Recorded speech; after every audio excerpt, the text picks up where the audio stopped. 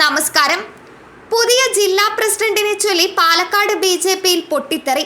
യുവമോർച്ച ജില്ലാ പ്രസിഡന്റ് പ്രശാന്ത് ശിവനെ പാലക്കാട് ബി.ജെ.പി ജില്ലാ പ്രസിഡന്റ് ആക്കുന്നതിനെതിരെയാണ് മുതിർന്ന നേതാക്കൾ അടക്കമുള്ളവർ പ്രതിഷേധവുമായി രംഗത്തെത്തിയത്. തീരുമാനത്തിൽ പ്രതിഷേധിച്ച് ബി.ജെ.പി ഭരിക്കുന്ന പാലക്കാട് നഗരസഭയിലെ 9 പാർട്ടി കൗൺസിലർമാർ രാജിക്കൊരുങ്ങുന്നുവെന്ന് റിപ്പോർട്ട്. ദേശീയ കൗൺസിൽ അംഗം ഉൾപ്പെടെയുള്ളവർ പാലക്കാട് യാക്കരയിൽ യോഗം ചേർന്നു. വിമത കൗൺസിലർമാർ രാജിവെക്കുകയാണെങ്കിൽ പാലക്കാട് നഗരസഭ ഭരണം ബി.ജെ.പിക്ക് നഷ്ടപ്പെടുന്ന സ്ഥിതിയുണ്ടാകും. പ്രശാന്ത് ശിവനെ പാലക്കാട് ജില്ലാ അധ്യക്ഷനാക്കാനുള്ള തീരുമാനവുമായി മുന്നോട്ടു പോകാനാണ് നേതൃത്വത്തിന്റെ തീരുമാനമെങ്കിൽ 9 കൗൺസിലർമാർ തിങ്കളാഴ്ച പാർട്ടിക്ക് രാജിക്കത്ത് നൽകിയേക്കും.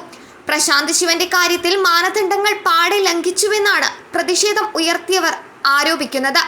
പ്രസിഡന്റ് തെരഞ്ഞെടുപ്പിൽ കൂടുതൽ വോട്ട് ലഭിച്ചവരെ മാറ്റി നിർത്തുന്ന സ്ഥിതിയുണ്ടായി. ജില്ലയിൽ നിന്നുള്ള മുതിർന്ന ബി.ജെ.പി നേതാവ് സി കൃഷ്ണകുമാർ തന്റെ അനുയായിയെ ജില്ലാ അധ്യക്ഷനാക്കി മാറ്റുന്നതിന് ഏകപക്ഷീയമായ രീതിയിൽ തീരുമാനമെടുത്ത് മുന്നോട്ടു പോകുകയാണ്. ഇത് അംഗീകരിക്കാനാകില്ലെന്നും നേതാക്കൾ പറയുന്നു.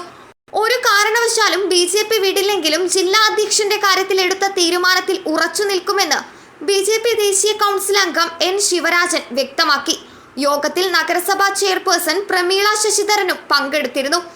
തങ്ങൾ വിമതപക്ഷമല്ല, ഔദ്യോഗിക പക്ഷമാണെന്നായിരുന്നു പ്രമീള വ്യക്തമാക്കിയത്. ബി.ജെ.പി പ്രസിഡന്റ് തെരഞ്ഞെടുപ്പുമായി ബന്ധപ്പെട്ടായിരുന്നു യോഗമെന്നും അവർ പറഞ്ഞു. എന്നാൽ പുതിയ ജില്ലാ പ്രസിഡന്റിനെ തിരഞ്ഞെടുക്കുന്നതിൽ മാനദണ്ഡ ലംഘനം ഉണ്ടായിട്ടില്ലെന്നാണ് നിലവിലെ അധ്യക്ഷൻ കെ.എം. ഹരിദാസ് പറയുന്നത്. അതേസമയം നേതൃത്വത്തോട് കലഹം പ്രഖ്യാപിച്ച ബി.ജെ.പി കൗൺസിലർമാരെ തങ്ങളുടെ പാളയത്തിലേക്ക് എത്തിക്കാനുള്ള ശ്രമം കോൺഗ്രസ് ആരംഭിച്ചു. പാലക്കാട് നിയമസഭാ തെരഞ്ഞെടുപ്പ് സമയത്ത് ബി.ജെ.പി വിട്ടെത്തിയ സന്ദീപ് വാര്യർ വഴിയാണ് അവരുടെ നീക്കം. സന്ദീപ് വാര്യർ എൻ ശിവരാജ് അടക്കമുള്ളവരുമായി സംസാരിച്ചിട്ടുണ്ട്. 52 അംഗ ഭരണസമിതിയിൽ ബി.ജെ.പിക്ക് 28 അംഗങ്ങളാണുള്ളത്. പ്രതിപക്ഷ നിരയിൽ UDF-ന് 17ഉം LDF-ന് 7ഉം അംഗങ്ങളുണ്ട്. വെൽഫെയർ പാർട്ടിക്ക് 1 സീറ്റുമുണ്ട്. News desk മലയാളാക്ഷരം.